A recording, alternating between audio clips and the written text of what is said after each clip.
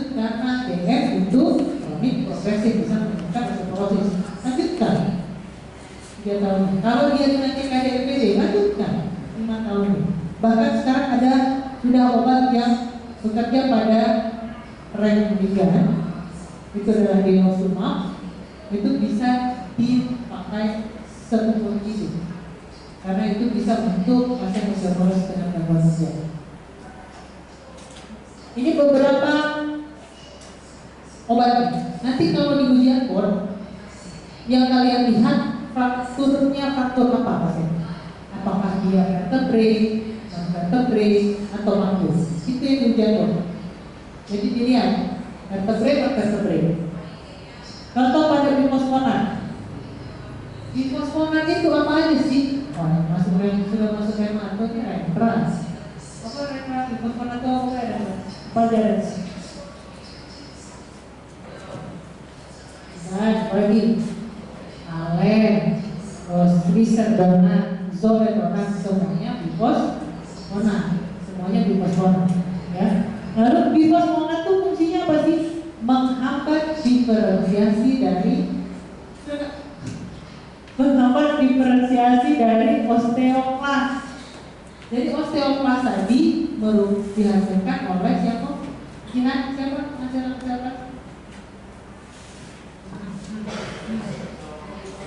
Sel hematopoietik turunan dari DFCSF, granulomonocyte colony stimulating factor. Kalau osteoklas itu sel pluripotent. Jadi karena seperti itu, osteoklas itu merupakan kumpulan dari makrofag infiltrasi ke jaringan menjadi makrofag bersatu jadi osteoklas. Jadi fungsi dari bifosfonat itu adalah menghambat diferensiasi dari osteoklas, jadi menghambat infiltrasi neutrofil menjadi makrofag dan menghambat makrofagnya menjadi diferensiasi menjadi jaringan osteoklas pada tulang, serta mengganggu struktur osteoklas sendiri yang dibutuhkan untuk resorpsi tulang serta apoptosis dari osteoblas dan osteosit. Osteosit dihasilkan dari mana? Di laguna. Jadi dia sudah dihasilkan. Tulang itu terdiri dari 2, sel dan matriks. Oke, sel tulang ada berapa? Osteoblas, osteosit, sama sel lain. Sedangkan matriks tulang dibentuk oleh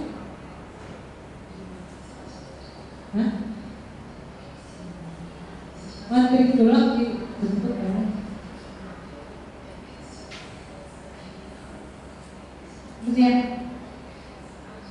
kolagen. Terus apa lagi? Apa?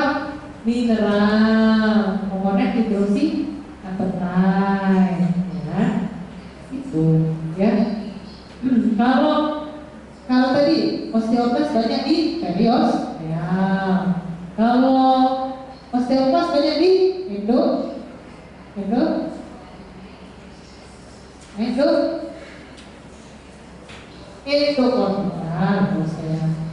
Terus kalau osteosit banyak di lambung. Nah, osteosit fungsinya untuk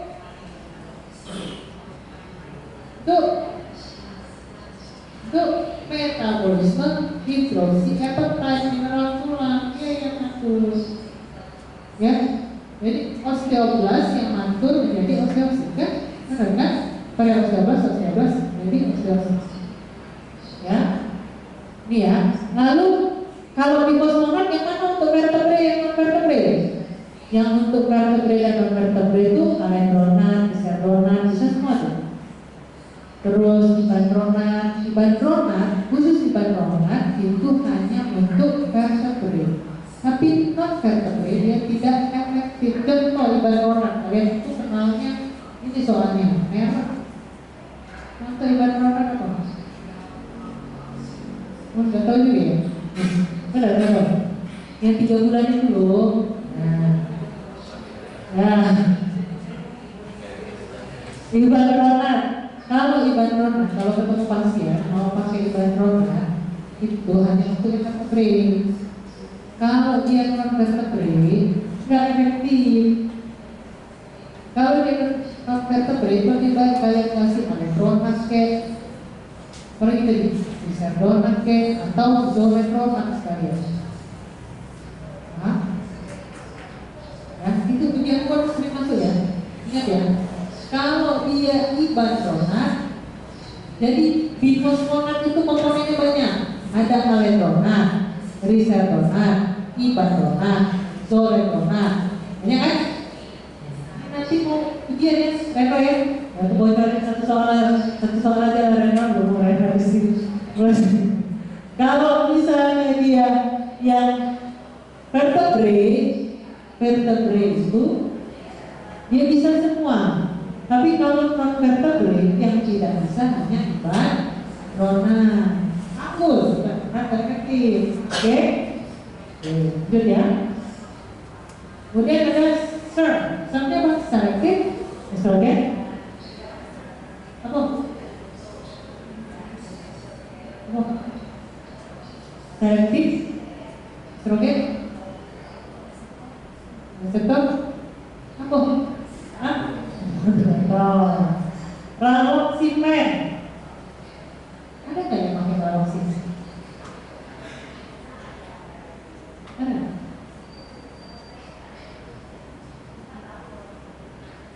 Anda sebenarnya harusnya baik ketika ini dari saya ya. Kalau seandainya pasien itu pasca menopause atau dia menopause dini, kemudian kita lihat ini tips saya. Dia menopause dini, kita lihat ronsennya, baca sendiri ronsennya, jangan tergantung radiologi karena mereka tidak mengenal itu. Itu hanya orang-orang rematik ulang. Ini bicara dari secara internasional dari dolar, itu ada gradingnya. Kalau bagi mereka fraktur itu ada berat, baru mereka mau bilang atau hancur sekalian, baru mereka bilang fraktur. Ternyata tidak. Yang mild atau moderate itu fraktur. Ya. Jadi kalau misalnya dia menopause dini, kemudian ada sudah fraktur kompresi, kemudian ada penyakit komorbid, dilihat bahwa risiko fraksinya tinggi banget, gitu ya. Terus dia kita lihat hormon estrogennya, efek samelanya sudah rendah banget, ya kasihlah raloxifene. Itu bisa jadi lebih baik ya. Jadi kita berikan obatnya, misalnya kita mau berikan dia Zoledronat, apa raloxifene boleh? Tapi terkadang terkendala di ya. Oke, itu aja. Oke, kemudian dilihat juga ada nggak dia kemungkinan ke arah resiko untuk mengalami NC. Kalau ada medikasinya atau dia autoimun, jangan ya, tidak semuanya itu. Oke, kemudian ada lagi ini saya rectal inhibitor, itulah yang sekarang denosumab. Jadi rectal tadi dihasilkan di osteoblas, rectalnya yang dihambat. Kalau rectal aktif, dia sudah mengaktifkan osteoblas, maka itu yang dihambat sehingga osteoporosis tidak terjadi, bone absorption tidak terjadi, bone formation yang dicetuskan kan? Nah, denosumab ini bisa diberikan pada orang-orang yang gangguan ginjal, tapi dia harus seumur hidup. Kalau tidak diberikan, maka dia tambah berat tuh osteoporosisnya. Itu ya, itu denosumab. Kemudian yang ketiga nggak? Bisa? Ini ya. Ini. Terus bagaimana sih tata laksana nyeri? Sering orang osteoporosis nyeri ketika dia ada fraktur kompresi ya, atau dia mengalami MA yang berat. Jadi kita bisa berikan beberapa obat dari di sini, seperti acetaminophen, antidepresan seperti amitriptyline dan duloxetine, Exide, antiepileptik. Sekarang ada mirogabalin. Nah, mirogabalin itu lebih baik turunan kakaknya dari pregabalin. Nanti kalau kalian praktek ada mirogabalin, lebih enak pakai mirogabalin karena untuk dia kondisinya dia apa namanya efek sampingnya ini itu ringan banget. Jadi dia bisa dinikmati 5, 10, 15, 20 tergantung dari pas.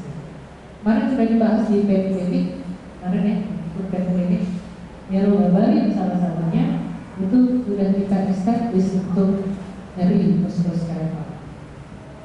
Karena efeknya lebih lama untuk mengurangi nyeri dan untuk efek sampingnya lebih besar. Atau kita bisa pakai opioid, tiar baring, dan pakai bracing atau ortosis spinal. Kapan sih pakai ortosis spinal? 12 sampai 24 minggu sampai resolusi nyeri dan ketidakstabilan tulang belakangnya teratas. Bahkan kita butuh CBT, Cognitive Behavioral Therapy. Kenapa? Karena nyeri yang kronik bisa menyebabkan depresi. Kemudian ada TENS, hormon dosisnya diturun. Kemudian TENS itu dia bisa mengurangi nyeri, ya. Tata laksana osteoporosis lainnya apa? Harus melakukan aktivitas fisik secara teratur. Ada beda antara sport and exercise. Ini sering dikenal sport dan exercise berbeda. Yang namanya sport itu kayak main badminton, padel, tenis, lagi renang, basket, bola itu sport. Tapi kalau exercise itu weight bearing, itu pada tulang. Nah, kalau ada pertanyaannya, apa sih sebenarnya olahraga yang baik untuk pasien pencegahan osteoporosis sama weight bearing? Tadi lihat yang saya jelaskan tulang yang dulu tadi, kita harus meningkatkan massa tulang yang kepadatan tulang yang periostealnya kita tinggalkan dengan cara apa? Distimulasi, osteoblasnya distimulasi. Dengan weight bearing itu dirusak kan? Kalau dia dirusak, ototnya dirusak, meningkatkan inflamasi meningkatkan osteoblas terstimulasi dia sehingga terjadi kepadatan pada periosteal. Nah, endokortikalnya menjadi lebih. Endokortikal kan tempat dia absorpsi ya, absorpsinya dia jadi kita tebalkan dulu. Kemudian kita harus jaga kalsiumnya 1000 sampai 1500 mg per hari, hindari merokok dan minum alkohol, membatasi konsumsi kafein. Mungkin sudah minum kopi begini, terlalu minum. Kita boleh minum kopi. Kopi itu sehat, benar kan? Kopi itu sehat, anti-inflamasi. Tapi tidak boleh lebih dari 2 kali dalam sehari. Kalau kita lebih dari 2 kali minum kopi, berisiko osteoporosis. Kafeinnya menghambat osteoblas, ya. Terus menghambat, menurunkan absorpsi kalsium dan vitamin D. Kemudian hindari makan barang-barang berat. Barang-barang berat ini bukan weight tadi ya. Kalau kalian fitness itu oke. Barang-barang berat ini seperti apa? Mengangkat barang berat dengan posisi yang salah. Itu tidak boleh, karena bisa cedera. Hindari defisiensi vitamin D. Periksa 1,25 OHM vitamin D harus, bukan 25 OHM. Karena 1,25 yang aktif. Bila dia rendah, maka berikan konsumsi vitamin D 400 atau 800 internasional unit per hari. Hindari peningkatan ekspresi kalium lewat ginjal. Lalu batasi asupan natrium sampai 3 gram per hari untuk meningkatkan resorpsi kalsium di tubuh ginjal. Karena harus seimbang kan? Resorpsi natrium dan kalsium serta kalium. Bila ekspresi kalsium urin lebih dari 300 mg per hari, berikan diuretik niacin dosis rendah atau ACT 25 mg per hari. Biasanya ini terjadi pada pasien-pasien dengan osteoporosis yang hipokalsemi terus. Maka kita harus periksa kalsium urinnya per 24 jam. Kalau kalsium urinnya lebih dari 300 mg per hari, kita bisa berikan diuretik. Ini pemberian hormon kalsium dan vitamin D sesuai umur. Kalau dia lebih dari 70 tahun, vitamin D-nya bisa kita berikan 4.000, tapi saya jujur saja 4.000 ya. Tidak boleh lebih dari. Ada yang 10.000 di sini, kan? Tapi seringkali ada orang yang menggunakan mengkonsumsi vitamin D 10.000. Benar atau salah? Benar atau salah? Benar, tidak menyalahkan, itu benar. Tapi pada kasus defisiensi vitamin D yang berat, maka kita harus periksa apakah dia normal, insufisiensi atau defisiensi. Normal jika vitamin D-nya lebih dari 30, insufisiensi jika vitamin D-nya 20 sampai 30, defisiensi jika vitamin D-nya kurang dari 20. Ya. Tapi kita tidak boleh terlalu banyak konsumsi vitamin D pada orang gangguan jantung. Ya. Kalsium juga sangat ada. Nah, ini jenis-jenis ortosis ya. Ortosis brace. Bisa orang ortosis seperti ini, bisa seperti ini. Kesimpulannya adalah osteoporosis merupakan suatu penyakit tulang sistemik yang ditandai oleh penurunan kekuatan tulang sehingga tulang mudah patah. Insiden osteoporosis semakin meningkat sehingga menyebabkan terjadinya peningkatan angka faktor akibat osteoporosis. Deteksi dan diagnosis dini terhadap osteoporosis dapat menurunkan angka disabilitas, mobilitas, serta mortalitas yang disebabkan oleh osteoporosis tersebut. Ini adalah simpulan dan take home message-nya, tapi ada take home message lain yang saya berikan. Nah, don't give up on anything your heart must have, because you deserve, all of you deserve for all the love, happiness, and success in life. So let's catch your breath and let's fun. Yeah, let it fun. Let it fun with all your dreams, all you have done today. Yeah. What you make happy. Ya. Jadi apapun yang kalian sukai dan kalian senangi, ya lakukan aja. Maka itu supaya kalian happy, senang, karena you deserve for all the love, happiness, and success in this. Okay, that's all my presentation today. Maybe for the last, I have a posters for you all. Silakan berjaga prosesnya. Sambil ada pertanyaan.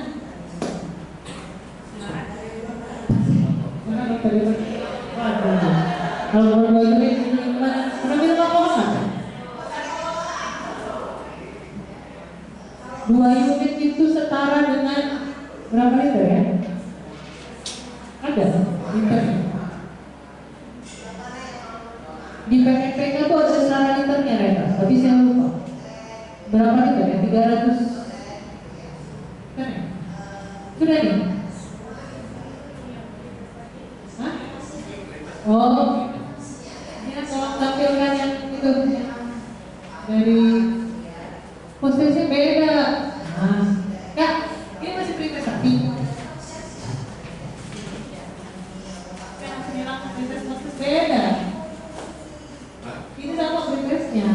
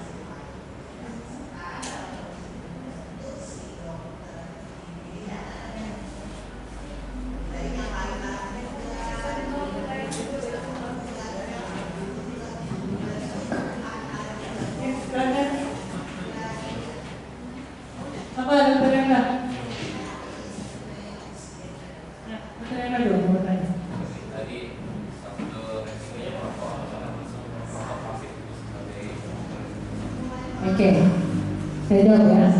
Jadi perokok pasif ya. Perokok pasif itu lebih berat dari perokok aktif. Iya, kenapa? Kalau aktif dia ngerokok, dia bisa mengeluarkan, benar kan? Oh, semua enak dong. Tapi kalau kita perokok pasif, kalian tahu nitrit oxide dan tartar yang dihasilkan dari rokok itu masih menempel di badan kita. Kalian tahu nggak partikelnya sekecil apa? Itu kecil, jadi dia kayak partikel debu gitu, beredar terus itu bisa masuk ke di samping kita, nempel di hidung, nempel di saluran nafas, tartar dan nitrit oxide. Ya, terus dia mengakibatkan oksidatif stres yang sangat berat sehingga menimbulkan inflamasi.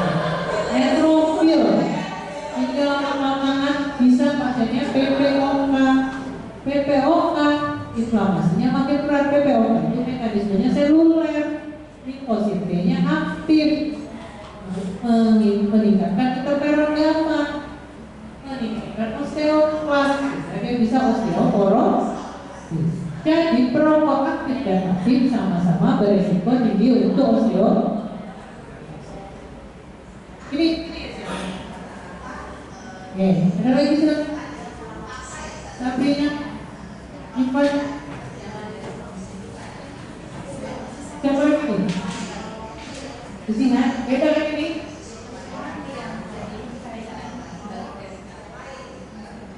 Tapi dia nggak punya beda antara testosteron, makanya aku bingung.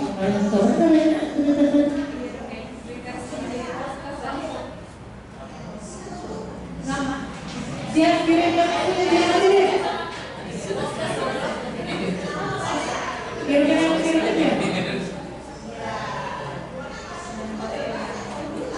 siapa ya, Sabrina?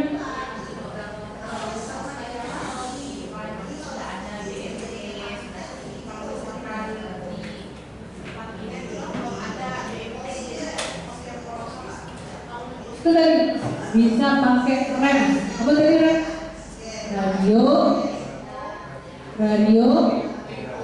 Radiofrekuensi, echo, kardiografi, ekokardiografi, apa mana? Multi spektrometri. Itu bisa pakai begitu harganya Nina, dan yang portable itu 200 sampai 300 juta. Terus aku jawab sesuai harga. Nina mau yang mana? Kalau mau yang dia nggak portable, itu 1,5 M cuma. Kalau beli alat DX, itu mahal. 5 M kan itu punya rematus kan 2. Mahal. Nah, mungkin sih nggak bisa mengajukan itu nanti. Kenapa mau? Ini di daerah mana? Hah? Aku. Nah, bisa pakai yang portable. 200 sampai 300 juta yang portable. Mereknya saya lupa. 200 juta. Tapi kalau yang itu 1,5. Tapi sebelum itu, nah screening. Atau hitung freks yang lebih dari 20%, maka dia berisiko osteoporosis. Kalau dia lebih dari 3% untuk umur, dia berisiko osteoporosis. Nah, oke, itu ya screening 19 kemarin. Ada lagi? Oke, itu dulu ya. Siapa namanya?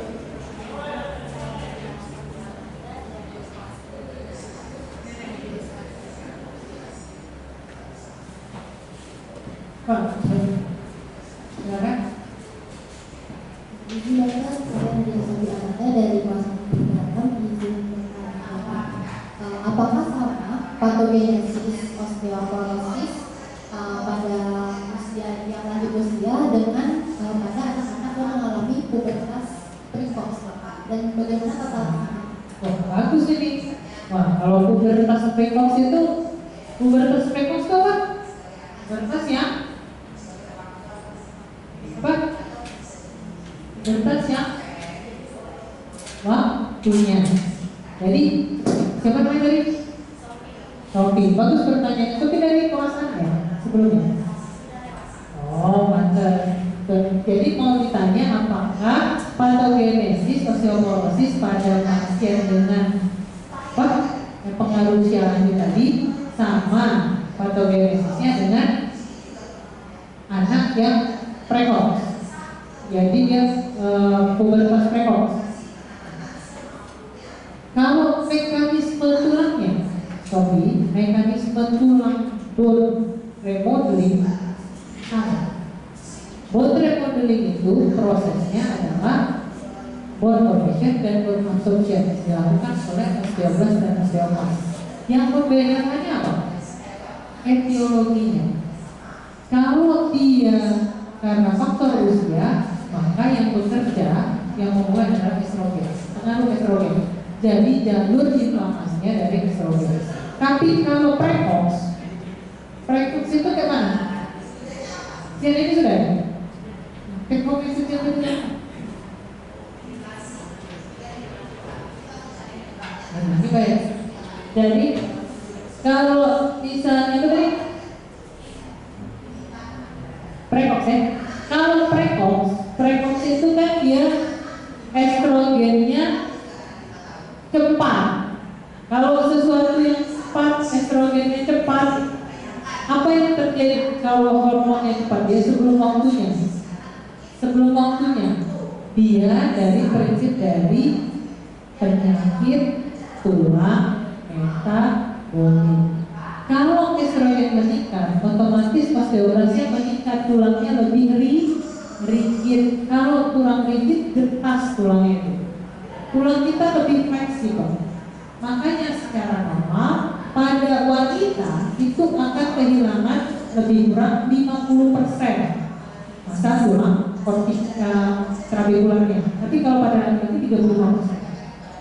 Nah, kalau pada precox itu dia sebelum waktunya dia sudah mulai berkurang. Kenapa? Karena terstimulasi terus. Begitu estrogennya meningkat sebelum waktunya kan? Estrogen tadi ngapain? Menstimulasi osteoblast. Kalau osteoblastnya aktif terus-terusan, dia akan aktifkan apa tadi? Osteoblast. Jadi cepat juga bone absorption. Iya. Paham ya? Mekanisme paham ya? Kalau karena faktor usia, estrogennya tadi turun, osteoblastnya turun, otomatis osteoblastnya naik kan? Karena dia harus selalu siklusnya harus 3-6 bulan terjadi. Nah, kalau 3 bulan sampai 6 bulan sudah terjadi osteoblastogenesis, osteoblastnya tidak ada dan terstimulasi, maka siapa yang membuat tulang itu padat? Tidak ada kan? Paham? Jadi untuk mekanisme bone formation sama bone absorption sama, tapi mekanisme penjatuhnya yang berbeda. Paham? Silakan ada lagi. Ya, itu dulu ya, makanya dulu ya. Silakan, Ivan dulu. Pertanyaan mana? Pertanyaan ini untuk motivasi. Terus.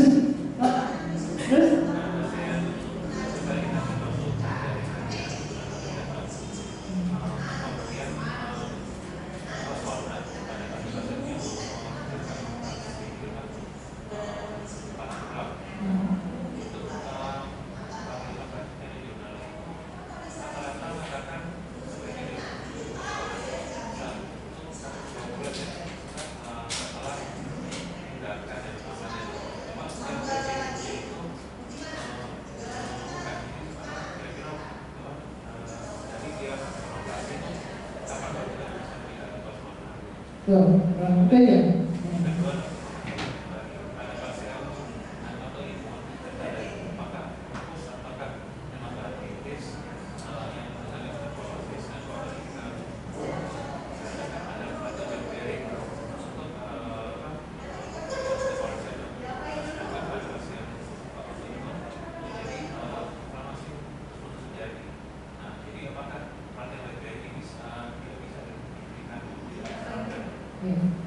Terima kasih dokter. Saya jawab yang pertanyaan ya. Pertanyaan pertama, kapan diberikan pada pasien misalnya dia dengan total hip replacement atau total knee replacement di osteoporosis ini? Kapan kita berikan? Yang pertama, tidak ada batasan pasti di literatur kapan harus pemberiannya. Yang Tapi yang jelas kita harus memenuhi syarat dari pemberian obat-obatan tersebut. Idealnya kalau dia sudah operasi, boleh nggak langsung diberikan? Boleh, tapi kita lihat dulu apakah dia memenuhi kriteria untuk masuk obatnya. Jadi kalau kita masuk obat bifosfonat, yang pasti dia tidak boleh aritmia. Kalau kita pilihannya zoledronat dan bifosfonat harus apa yang kedua, bifosfonat itu harus fungsi ginjalnya harus baik, eGFR-nya harus lebih dari 50. Kemudian fungsi urea kreatinnya harus baik, kalsiumnya harus normal dan tidak boleh ada aritmia. Itu dulu. Kalau dia setelah operasi, boleh nggak langsung diberikan? Boleh, tapi tidak dalam kondisi kontraindikasi yang saya sebutkan. Misalnya tidak ada itu boleh. Kenapa? Karena setelah operasi inflamasinya berat. Justru dengan pemberian obat ini dia bisa menurunkan inflamasi tersebut. Karena tadi di stopnya osteoplasnya, neutrofilnya di stopnya untuk ke infiltrasi ke. Pertanyaan kedua pada pasien autoimun, tentunya pada pasien autoimun tidak bisa kita lakukan ini. Kenapa? Karena dia akan mencetuskan inflamasi. Jadi pada pasien autoimun olahraganya apa? Olahraganya yang bersifat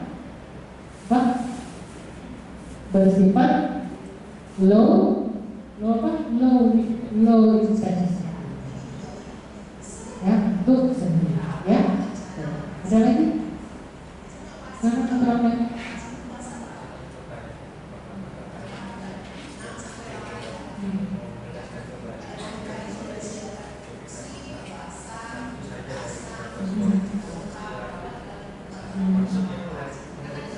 Ada pemeriksaan lanjutan. Ya, jadi kalau dia satu saja langsung ke pemeriksaan lanjutan. Pemeriksaan lanjutan itu apa?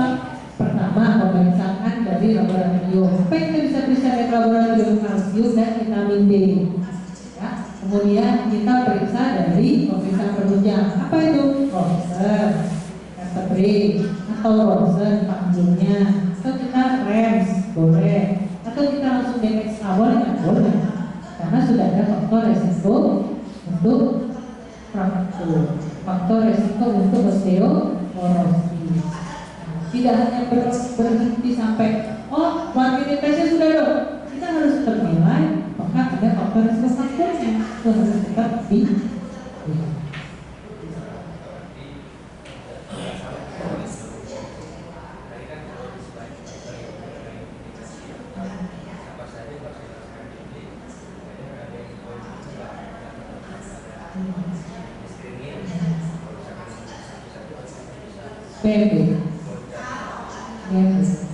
Ya, screening perlu.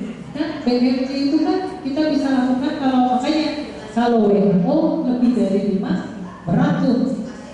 Satu aja sudah, apalagi 5 ianya 5. Berarti osteoporosis ya.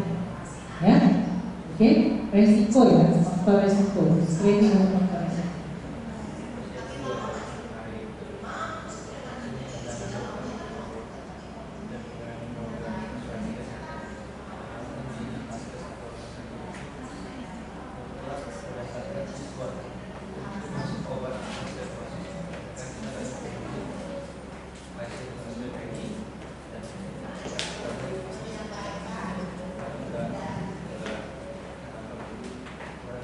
Kalau pandangan saya ya memang kita harus sosialisasi dengan BPJS karena dengan era BPJS kan dia harus efisiensi sebenarnya, efisiensi biaya. Ya mungkin kedepannya memang kita ya tadi jangan selama ini kan kita menilai hanya dari DXA kan.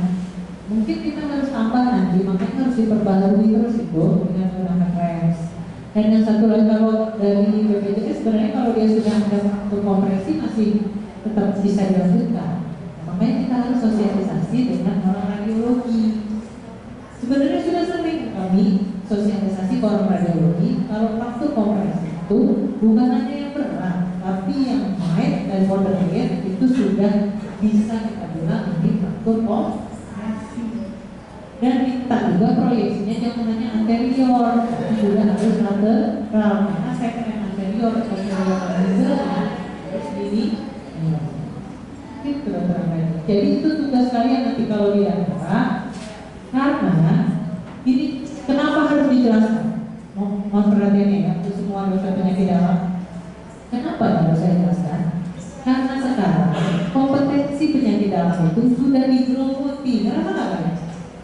Banyak digerogoti oleh bedah, oleh medik, oleh neuro, oleh siapa lagi? Bedah ortopedi. Habis itu, sedangkan kami berdua mudah-mudahan kalian bisa tetap yang SPPD ini tetap melakukan kompetensinya.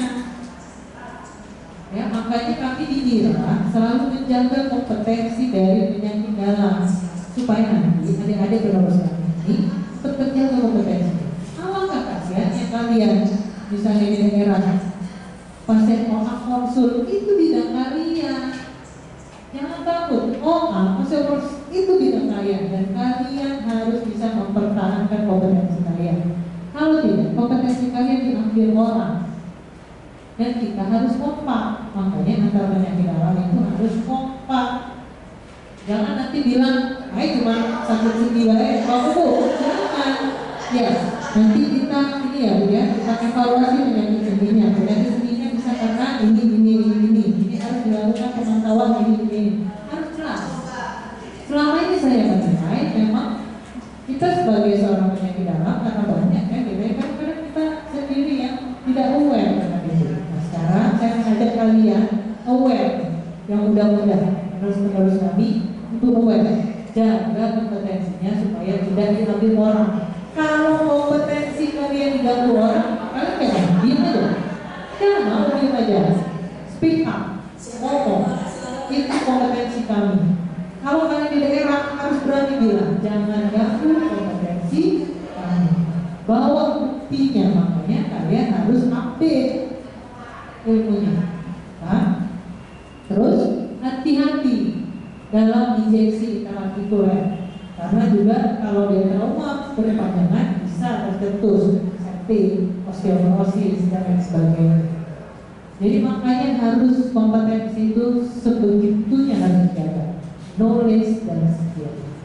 Makanya saya sih senang ya kalau saya mengajarkan USG. Mudah-mudahan memang 2026 ini USG di reumatologi bisa banyak, bisa ada di poli. Saya dulu di poli itu kita USG. Bisa biopsi. Oh, saya senang banget. Kita kerjain biopsi. Nggak apa-apa, karena memang skillnya harus ada. Skill. Penyakit dalam itu ada skill. Jadi kalau kalian dibilang penyakit dalam tidak ada skillnya, marah. Skill penyakit dalam itu banyak. Bukan hanya orang ginjal saja yang punya skill, bukan hanya kardio saja yang punya skill.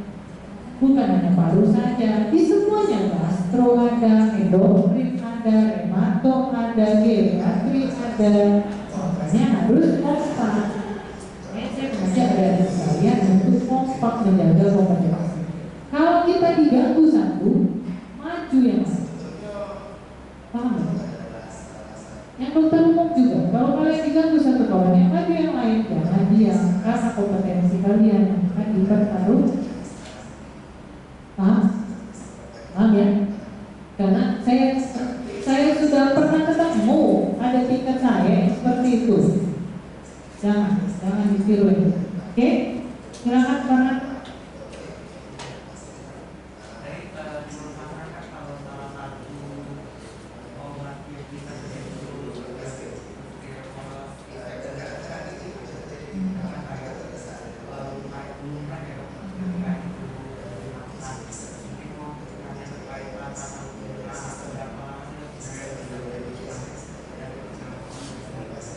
baik, terima kasih Dokter Farhan ya.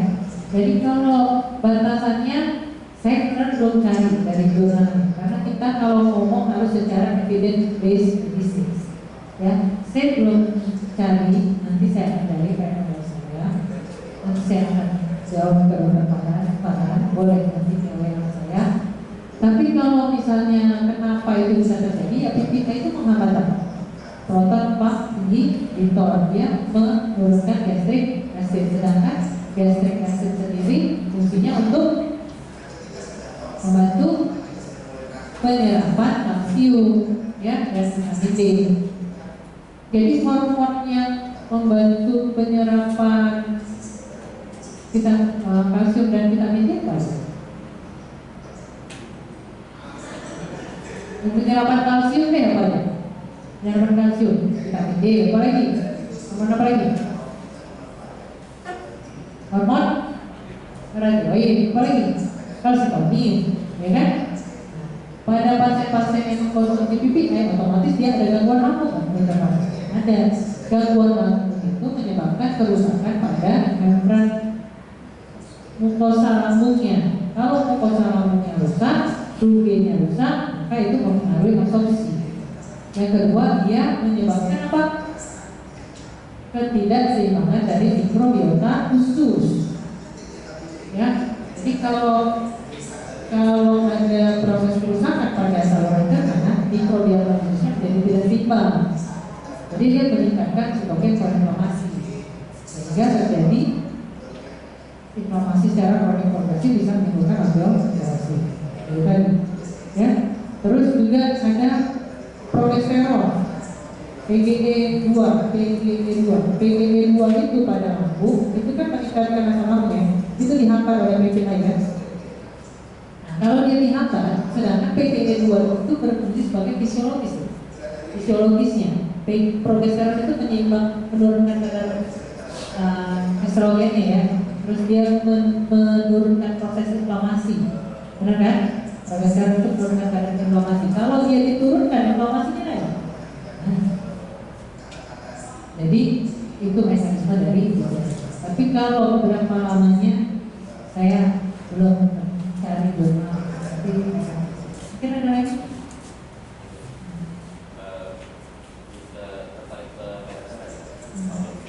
Mau belajar tata pembinaan. Kalau saya DXA kan sudah ada batasan itu, sudah dijelaskan bahwa sama. Jadi kalau REX itu kalian tempel alamnya seperti EU, kalian tempel. Ini pasiennya sudah baring, buka bajunya, cari epidemiolognya, cari nanti L1, 2, 3, 4 ada nih. Jadi ya monitor terus dilihat begitu di kelihatan kalnya itu harus nanti ada namanya ROI. ROI itu radio of interest-nya. Jadi harus dibawa ROI-nya, tempel harus di tangannya seperti ini. Nanti dia membaca start dan ininya, buku screeningnya dia langsung baca. Jadi dia membaca nanti L1 sampai L4. Kalau misalnya kita 4-4 bagus, kalau tangannya nggak goyang, 4-4-nya ketemu tuh. 4-4-nya ketemu. Nanti dia bisa baca T-score-nya berapa, Z-score-nya berapa. Sama. Begitupun femurnya. Femurnya kita cari dulu femoralis di sini, kemudian patokannya ada tromasa mayor, kita belokkan di sini sampai ketemu dari sacroiliac joint-nya sama tromasa-nya ketemu. Nah itu benar. Stay di situ, kemudian klik screening, nanti dia akan menganalisis berapa T-score, berapa Z-score. Sama. Makanya secara penelitian itu saja. Ya, ada lagi?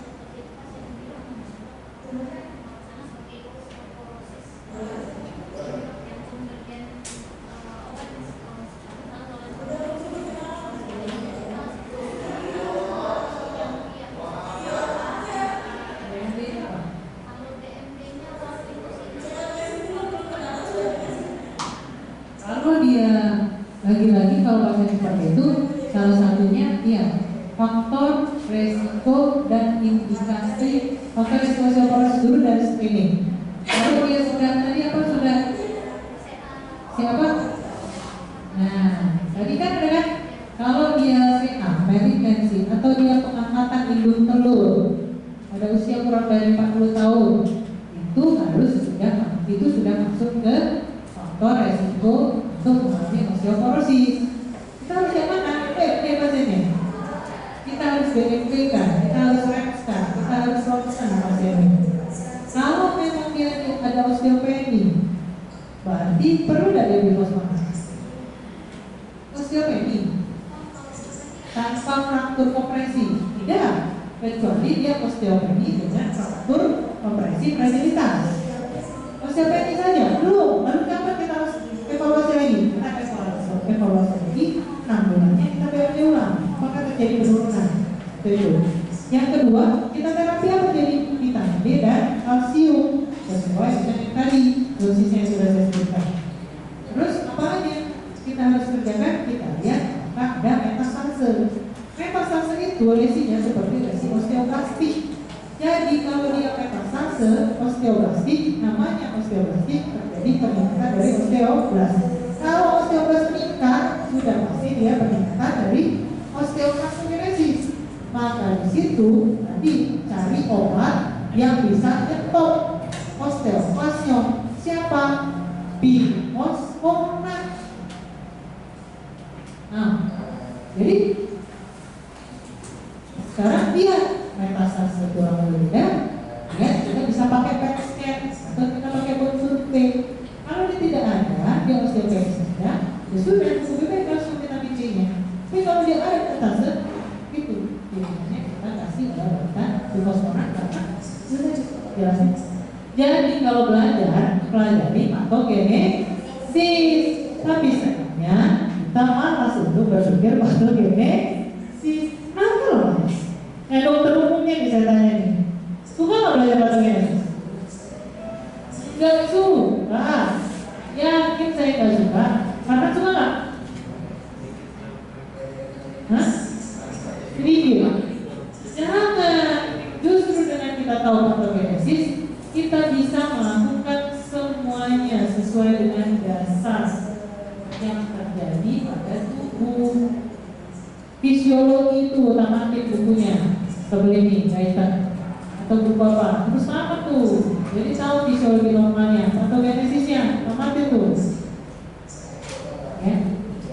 Ya kan? Kemarin itu di rumah ada buku nggak? Ada buku apa tuh? Kedokteran. Saya tanya ini. Ini buku kedokteran. Iya buku kedokteran. Ada apa? Buku apa? Tapi tamat belum? Iya. Apa lagi? Hah? Serut tamat nggak? Ya. Apa lagi? PPK tamat nggak? Tamat. Nah jadi apa yang ditamati Ramdhani? Parahnya baru lulus orang ada apa bapak di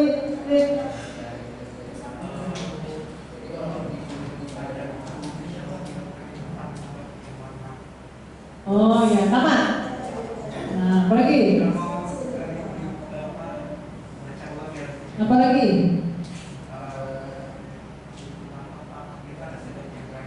Ya Robinson. Ya Robin Kumar itu tamat. Sudah itu kan bukunya. Apa lagi?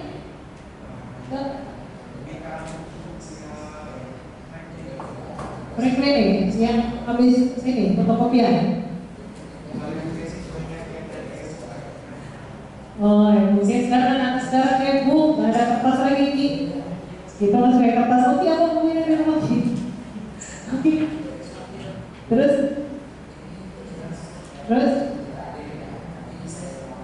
Hah? Apa?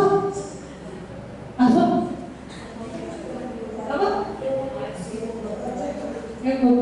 Hai kalian. Dan mereka banyak bukunya di rumah kedokteran. Banyak, saya baca terus ya.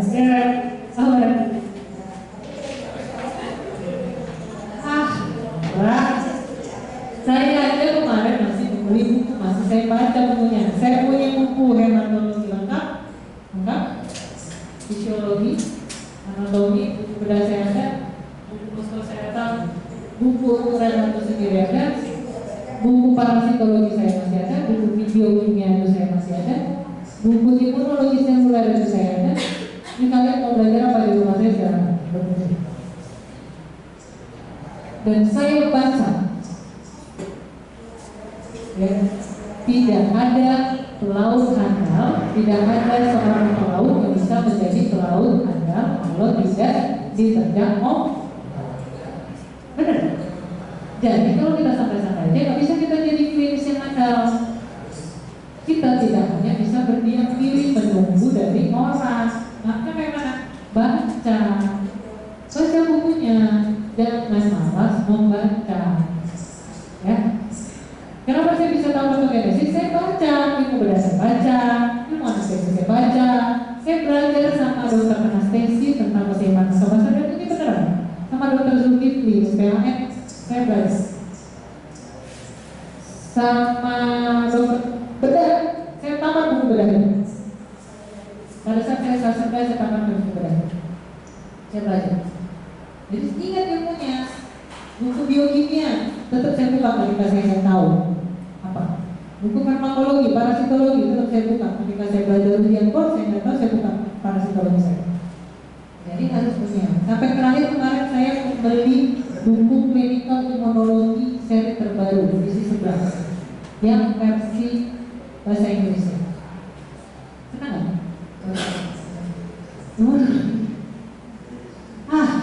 Ya.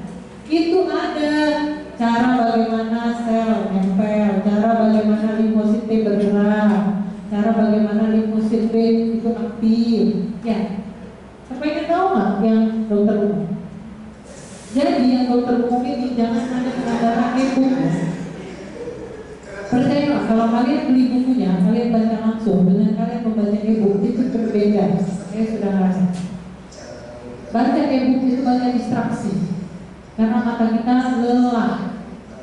Tapi dengan membaca buku kita bisa. Sampai buku fotografi saya. Ya. Jadi kita harus belajar. Apalagi kita klinisi internis belajar. Jadi kalau buku itu saya bawa ke semuanya ke rumah sakit ke meja saya, semua. Jadi hanya beberapa buku aja. Mungkin akan saya lengkapi buku-buku itu. Jadi kalau ada residen yang pinjam yang usah ya, mau baca Islam tapi jangan dirusak. Boleh kita berbagi. Karena harus saya kenalkan dengan kalian. Selama ini kalian tidak pernah mengenalkan seperti itu, maka saya mau kenalkan kalian bahwa imunologi itu menarik dan tidak menjadi taksi. Hematologi itu imunologinya dasarnya itu kuat. Jadi imunologi, rematik, muskuloskeletal dan penyakit dalam sendiri itu kami belajar dari dasar sampai advance. Ilmu genetik kami belajar dari dasar sampai advance. Skill biasa. Jadi kalau mau belajar sekalian. Ya, itu cuma dari situ supaya dapat take home message ini. Ya. Jadi don't give up. Mau jadi apa ramdanya di sini? Terserah deh mau jadi apa. Pasti ada impian kan? Ada impian ya? Berarti don't give up on anything your heart must have. Gimana ada impian kan? Berarti don't give up on anything your heart must have. Semuanya di ruangan ini punya hak yang sama untuk mendapatkan rasa kebahagiaan. Ya, rasa kita di dalam hatinya dan kesuksesan yang luar biasa. Ya, siapa dulu? Oke? Mungkin itu dari saya. Kalau tidak ada pertanyaan lagi, itu bisa ditayangkan nilainya, nggak usah ya? Nggak usah. Saya mau lihat. Hah? Oh, saya mau lihat. Ada kan salah dia? Hah? Ada nama-namanya? Siapa juara satunya? Siapa juara satunya? Nanti saya kasih hadiah lah, tapi saya nggak beli sekarang ya. Postes juara satu. satu ini siapa? Nah, mana ini? Poster cerita.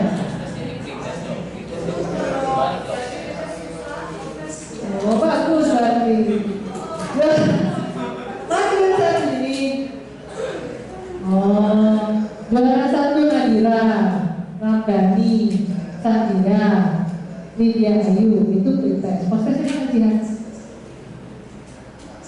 Posternya mana? Posternya Diva, Farhan, Oki, Yuliana. Jadi ini mau hadiahnya yang 3 besar aja ya? Atau juara satunya aja? Nadira mana Nadira? Ini residen yang mana nanti data ya? Oke, mungkin itu saja dari saya. Lebih dan kurangnya saya mohon maaf. Semoga ini bisa memotivasi kita semuanya. Semoga pertemuan hari ini bermanfaat untuk semuanya. Bukan hanya untuk kita, lagi-lagi saya pesan jangan berhenti untuk belajar terus. Karena selagi kita masih mau belajar, disitulah kita menjadi orang yang bermanfaat. Oke? Sekian dari saya tutup dengan wabillahi taufiq wal hidayah. Wassalamualaikum warahmatullahi wabarakatuh.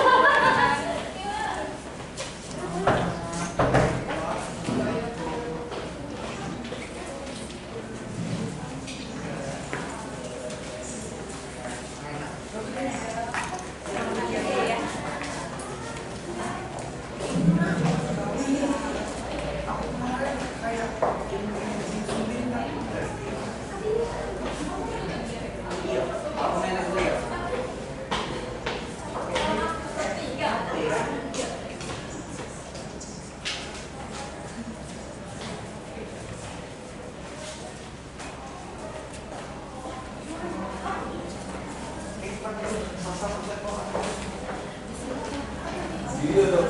Ini bulat. Tadi ini bulat. Iya.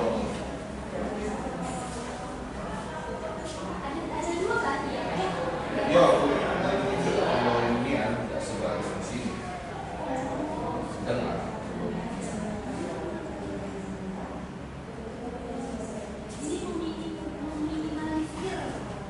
Ya. Iya, iya, iya.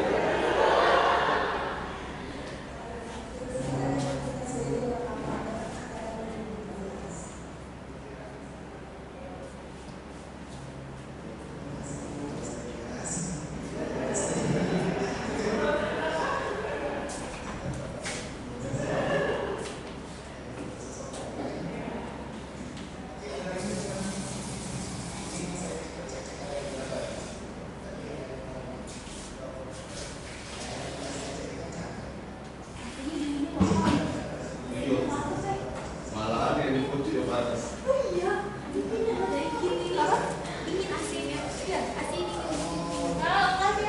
Ya dong, makasih banyak dong.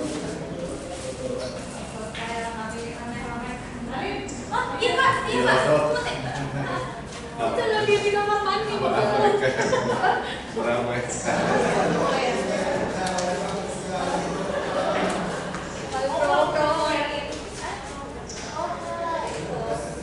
Dah.